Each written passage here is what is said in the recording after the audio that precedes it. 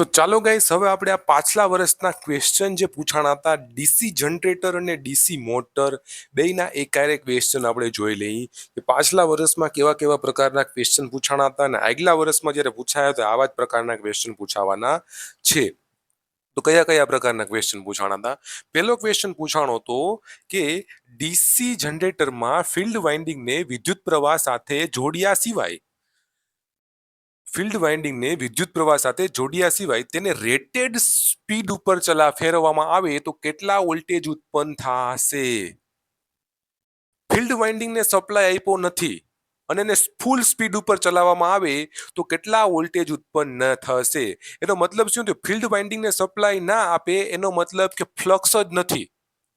આ બે પોલ છે, બરાબર, આ એન અને એસ આ બે પોલ છે, બરાબર. આમાં ફિલ્ડ વાઇન્ડિંગ કનેક્ટેડ હોય, આમાં ફિલ્ડ વાઇન્ડિંગ કનેક્ટેડ હોય, આમાં ફિલ્ડ વાઇન્ડિંગને સપ્લાય ના આપ્યો હોય તો આ ફ્લક્સ જે જનરેટ થાય ફ્લક્સ જનરેટ ના થાય.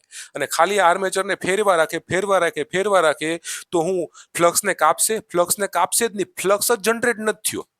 ફિલ્ડ વાઇન્ડિંગને સપ્લાય આપો તો ફ્લક્સ જનરેટ થાય, ફ્લક્સ જ જનરેટ નથી થયો અને તમે ફેરવો તો ફ્લક્સને કંઈ કાપશે જ નહીં અને એમને ફેરવવાથી કાંઈ વોલ્ટેજ જનરેટ જ નહીં થાય, 0 વોલ્ટ જનરેટ થાય. તો આની ઉપરથી કયો ઓપ્શન છે? એ ઓપ્શન સાચો છે, 0 વોલ્ટ જનરેટ થશે, 0 વોલ્ટેજ ઉત્પન્ન થશે. રેડી? એટલી વસ્તુ. ડીસી મોટરમાં સ્પાર્ક થવાની શક્યતાઓ સૌથી વધારે ક્યાં હોય છે? તો મેં તમને કીધું સ્પાર્ક ક્યાં સૌથી વધારે, ત્યાં ઘર્ષણ થતું હોય. ઘર્ષણ ક્યાં થાય? તો કે બ્રશમાં ઘર્ષણ થાય ને કોમ્યુટેટરમાં થાય. તો સૌથી વધારે ક્યાં ઘર્ષણ થાય? તો કોમ્યુટેટર અને બ્રશમાં છે એ થશે. રેડી? એટલી વસ્તુ રેડી. નીચેનામાંથી કઈ મોટર લોડ સાથે ચાલુ કરવી હિતવાર છે? બરાબર, કઈ મોટર તમે લોડ સાથે ચાલુ કરી શકો? લોડ વધે એમ એનો ટોર્ક વધે, લોડ વધે એમ 4 ગણો ટોર્ક વધતો હતો. કઈ મોટર હતી? ડીસી સિરીઝ મોટર હતી આપણી પાસે. લોડ વધે એમ એનો ટોર્ક વધે તો ડીસી સિરીઝ મોટરમાં આપણે લોડ સાથે ચાલુ કરી શકીએ છીએ, ડીસી સિરીઝ મોટર. ચાલો હવે બીજા પ્રકારના ક્વેશ્ચન ઘણા બધા પૂછાણા હતા જેટકો પીજીવીસીએલ યુજીવીસીએલમાં બધા આપણે જોઈ લઈએ આ લેક્ચરની અંદર. બરાબર, ચાલો તમારી સામે ક્વેશ્ચન નાખ્યો, ક્વેશ્ચનનો આન્સર દિયો. ડીસી શન્ટ મોટરમાં ફિલ્ડ વાઇન્ડિંગનો વિદ્યુત પ્રવાહ વધે તો સ્પીડમાં શું ફેરફાર થશે? સ્પીડમાં શું ફેરફાર થશે? સ્પીડમાં શું ફેરફાર થશે? ચલો કયો. આનો આન્સર બહુ વિચારીને કહેજો. એક તો ડીસી શન્ટ મોટર છે એ કોન્સ્ટન્ટ સ્પીડ મોટર છે અને ઉપરથી આ ક્વેશ્ચન બહુ અગત્યનો ક્વેશ્ચન છે. બહુ વધારે કન્ફ્યુઝ થઈ જાય આને, આ ક્વેશ્ચનમાં બહુ વધારે કન્ફ્યુઝ થઈ જશે. ચાલો મને કયો જલ્દીથી તમે. ચાલો, આ ક્વેશ્ચનમાં કન્ફ્યુઝ થવા અનિવાર્ય છે અને કન્ફ્યુઝ તમે થાશો કેમ કે આપણે આગળ બધી વસ્તુ ભણી ગયા. તમે વિચારો, તમારી નોટ્સ પાછળની ચેક કરો, તમે જોવો. એક તો ડીસી મોટર કોન્સ્ટન્ટ સ્પીડની મોટર છે. હા, વાત સાચી છે. ડીસી શન્ટ મોટર છે. ડીસી શન્ટ મોટર કોન્સ્ટન્ટ સ્પીડની મોટર છે. ડીસી શન્ટ મોટર એ કોન્સ્ટન્ટ સ્પીડની મોટર છે. એટલે આમાં પહેલા તો કોન્સ્ટન્ટ સ્પીડ હશે તો શું આ બદલાશે નહીં? આન્સર આવશે નહીં. હજી સ્ટેટમેન્ટ લખું છું, સમજો. મેં તમને કીધું હતું કે લોડ બદલાશે, એમાં ડીસી મોટરને કાંઈ ફેર નહીં પડે. લોડ વધશે કે ઘટશે એમાં તો ડીસી મોટરની સ્પીડ કોન્સ્ટન્ટ જ રહેશે. આ સ્ટેટમેન્ટ ક્યારે લાગુ પડશે? કે ભાઈ લોડ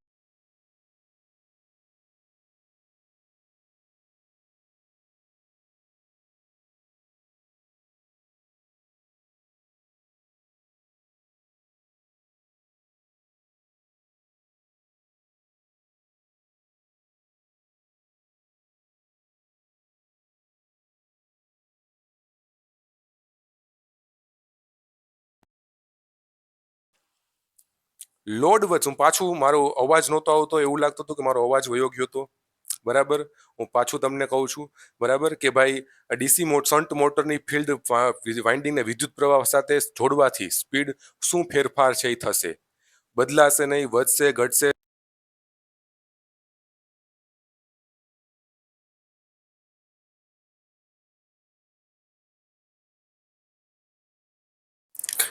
ચાલો હવે અવાજ આવી ગયો છે. બરાબર, ક્વેશ્ચન એવો છે ડીસી શન્ટ મોટરમાં ફિલ્ડ વાઇન્ડિંગનો વિદ્યુત પ્રવાહ વધે તો સ્પીડમાં શું ફેરફાર થશે. હવે આ સ્ટેટમેન્ટ જે છે ને ડીસી શન્ટ મોટરની કોન્સ્ટન્ટ સ્પીડ હોય, એ સ્ટેટમેન્ટ ક્યારે એપ્લાય થશે? જ્યારે લોડ તમારો વધશે ઘટશે ડીસી મોટરને કાંઈ ફેર નહીં પડે, એની સ્પીડ કોન્સ્ટન્ટ રાખશે. જો સપ્લાય વોલ્ટેજ કોન્સ્ટન્ટ હોય તો, સપ્લાય વોલ્ટેજ કોન્સ્ટન્ટ હોય, ફિલ્ડ કોન્સ્ટન્ટ હોય તો લોડ વધશે કે ઘટશે કાંઈ ફેર નહીં પડે, એની સ્પીડ કોન્સ્ટન્ટ રહે. બટ અહીંયા લોડનું કીધું છે, અહીંયા શું ફિલ્ડ વાઇન્ડિંગ કીધું છે. તો ફિલ્ડ વાઇન્ડિંગમાં તમે શું કરો? હમણાં જ આપણે સ્પીડ કંટ્રોલ જોઈ ગયા હતા કે ફિલ્ડ વાઇન્ડિંગમાં શું કરતા હતા? ફિલ્ડ વાઇન્ડિંગ હતી.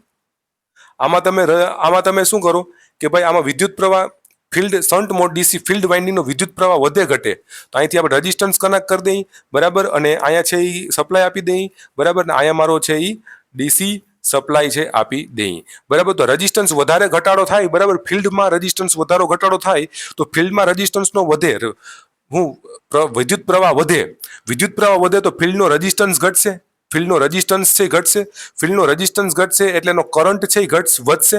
કરંટ વધશે એટલે શું થશે? કરંટ વધશે એટલે વધારે ફિલ્ડ જનરેટ થાય. તો કરંટ વધશે એટલે વધારે ફિલ્ડ જનરેટ થાય તો આની સ્પીડ સ્પીડ વધશે. સ્પીડ શું થશે? વધશે. બી આન્સર આવશે કે સ્પીડ એની વધશે. શું કામે વધશે એ મેં તમને કીધું છે કે ભાઈ ફિલ્ડમાં તમારો કરંટ વધારો તો એની સ્પીડ વધે છે, ફિલ્ડમાં કરંટ ઘટાડો તો એની સ્પીડ ઘટે છે. સ્પીડ કંટ્રોલમાં જોઈ ગયા. ડીસી મોટરની સ્પીડ કોન્સ્ટન્ટ હોય ક્યારે એપ્લાય થશે કે ભાઈ લોડ તમારો બદલાશે ને તો ડીસી મોટરને કાંઈ ફેર નહીં પડે, લોડથી ડીસી મોટરને કાંઈ ફેર નહીં પડે, લોડ વધશે કે ઘટશે ડીસી મોટરની સ્પીડ કોન્સ્ટન્ટ જ રહેવાની છે, બરાબર. બટ તમે ફિલ્ડમાં તમે કરંટ વધારો ઘટાડો કરો તો ડીસી મોટરની સ્પીડ વધી ઘટી શકે, એમ આપણે સ્પીડ કંટ્રોલમાં જોયું તું, બરાબર. આ ક્વેશ્ચન ઝટકોમાં પૂછવાનો તો બહુ સારા લેવલનો ક્વેશ્ચન છે માય ડિયર ફ્રેન્ડ્સ, અને આમાં સારા લેવલની જે આપણે કરીએ છીએ એવી જ પ્રિપેરેશન હોવી જોઈએ, બરાબર. એટલી વસ્તુ આ આપણો ક્વેશ્ચન થઈ ગયો. હવે હું બીજો ક્વેશ્ચન મૂકું છું અહીંયા, ચાલો એનો આન્સર તમે દેજો. ઓકે ગાઈસ, નેક્સ્ટ ક્વેશ્ચન છે આપણો, ડીસી મોટરમાં ઉત્પન્ન થતો ટોર્ક શેના ઉપર આધાર રાખે છે? હાવ ઇઝી ક્વેશ્ચન છે. આ ક્વેશ્ચનનો જવાબ તમારે દેવાનો છે. મેં બધું કેટલી વાર ભણાવ્યું છે, બરાબર. આ ક્વેશ્ચનનો જવાબ તમારે દેવાનો છે. ચલો દો. આવડી ગયો કે નહીં ક્વેશ્ચનનો જવાબ? જો ટોર્ક કેના ઉપર આધાર રાખતો? તો ટોર્ક છે ફ્લક્સ અને આર્મેચર કરંટ ઉપર આધાર રાખતો. મેં તમને કીધું ટોર્ક કેના ઉપર આધાર રાખે? ટોર્ક છે ફ્લક્સ અને આર્મેચર કરંટ ઉપર આધાર રાખે છે. તો ફ્લક્સ ઉપર આધાર રાખશે, આર્મેચરમાંથી વહેતા કરંટ ઉપર આધાર રાખશે, બે ઉપર આધાર રાખશે. ડી ઓપ્શન, એ અને બી બંને. આ તમારો સાચો આન્સર, એ અને બી બંને. મોટરની સ્પીડ ઉપર તો બેક ઈએમએફ યાદ રાખો, બેક ઈએમએફ છે આવશે. મોટરની સ્પીડ ઉપર તો કોણ બેક ઈએમએફ આધાર રાખશે? તો એ તો નહીં જ આવે. રેડી? આ તો નહીં જ આવે. એ અને બી બંને આનો સાચો આન્સર. રેડી? ડન.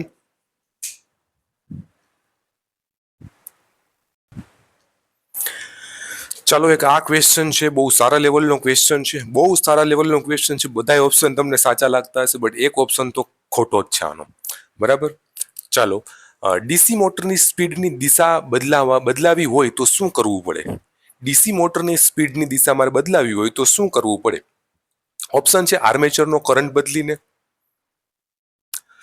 ફિલ્ડ વાઇન્ડિંગના કરંટની દિશા ઉલટાવીને. બે ઓપ્શન સાચા છે. આર્મેચરનો કરંટ બદલીને કરી શકીએ, ફિલ્ડ વાઇન્ડિંગના કરંટની દિશા ઉલટાવીને કરી શકીએ. એ અને બી એક સાથે કરીને, એ મેં તમને કીધું હતું બંને એક સાથે કરો તો દિશા ઉલટા હે નહીં, તો તમારો આ ઓપ્શન તો આવશે જ નહીં. આ ઓપ્શન તો ખોટો જ છે, બરાબર. બીજું ડી, એ અથવા બી માંથી કોઈ એક કરીને. ઓપ્શન આ જ સાચો આવશે, કેમ કે આ તો આમાંથી ડાયરેક્ટ આમાં દઈ જ દીધું છે આ બેયનું, બરાબર. તો એ અથવા તો બી માંથી કોઈ પણ એક તમારે કરવાની, એ અથવા તો બી કોઈ પણ એક તમે કરો, બરાબર. એટલે ડી ઓપ્શન તમારો સાચો, કોઈ પણ એક કરો, બરાબર. તો તમે ડીસી મોટરની ફરવાની દિશા ઉલટાવી શકો છો. બહુ સારા લેવલનો ક્વેશ્ચન છે, ઘણા બધા મિસ્ટેક છે એ કરી શકે છે. ઓકે, નાઉ નેક્સ્ટ ક્વેશ્ચન તમારી સ્ક્રીન ઉપર હું રાખું. ચાલો, નેક્સ્ટ ક્વેશ્ચન છે, ડીસી મોટરની સ્પીડ વધારે કરવા માટે સ્પીડ કંટ્રોલનું નામ જણાવો. ક્વેશ્ચન પૂછાઈ ગયો હતો, બરાબર. પેલો છે આર્મેચરનો કંટ્રોલ કરવાથી, ફિલ્ડ કંટ્રોલ કરવાથી, એ અને બી બંને એક સાથે કરવાથી, કે એક પણ નહીં. સ્પીડનો કંટ્રોલ કરવો છે, વધારે કરવી છે, તો તમે આર્મેચરને કરો એકને, કાં તો એક ફિલ્ડને કરો, એના કરતાં તો ના બેયને એકાયરે કરીએ તો સ્પીડનો કંટ્રોલ બહુ વધારે મળે.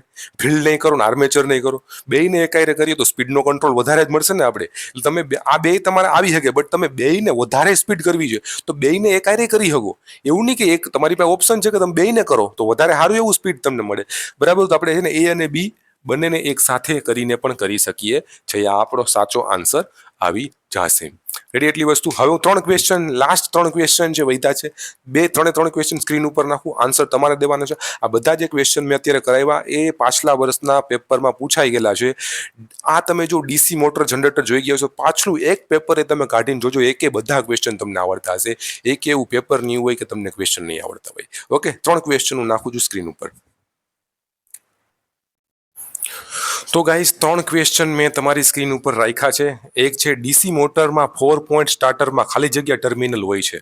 4 પોઈન્ટ સ્ટાર્ટર મેં બહુ ડીપલી સમજાવ્યું છે. 4 પોઈન્ટ સ્ટાર્ટર બરાબર ખાલી જગ્યા ટર્મિનલ હોય છે. ડાયરેક્ટલી આન્સર તમને ખબર જ છે, L1 L2 F અને A ટર્મિનલ હોય છે.